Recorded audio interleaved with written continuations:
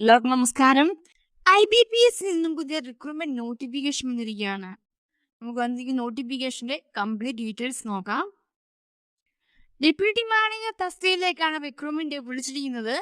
10 March 2026 വരെ നമുക്ക് ഈ റിക്രൂട്ട്മെന്റിന് ഓൺലൈനായിട്ട് അപ്ലൈ ചെയ്യാൻ സാധിക്കുന്നതാണ്.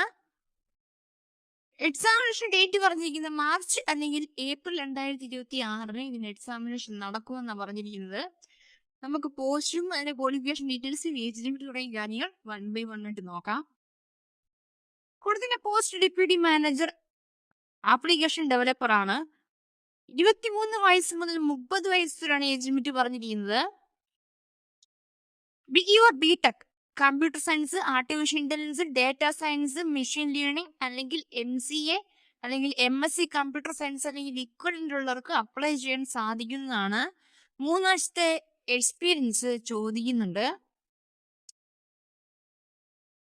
റിക്രൂട്ട്മെന്റിലേക്കുള്ള സാലറി സ്കെയിൽ നമുക്ക് നോക്കാം.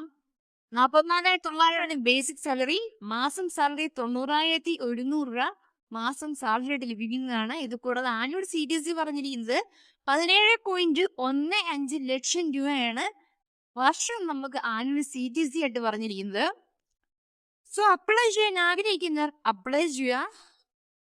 എക്സാമിനേഷന്റെ സിലബസ് കൊടുത്തിട്ടുണ്ട്. Reasoning, quantitative aptitude, English, general awareness, professional knowledge ആണ്.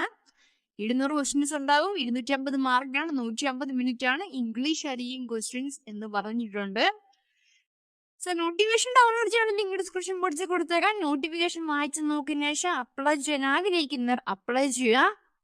Thank you.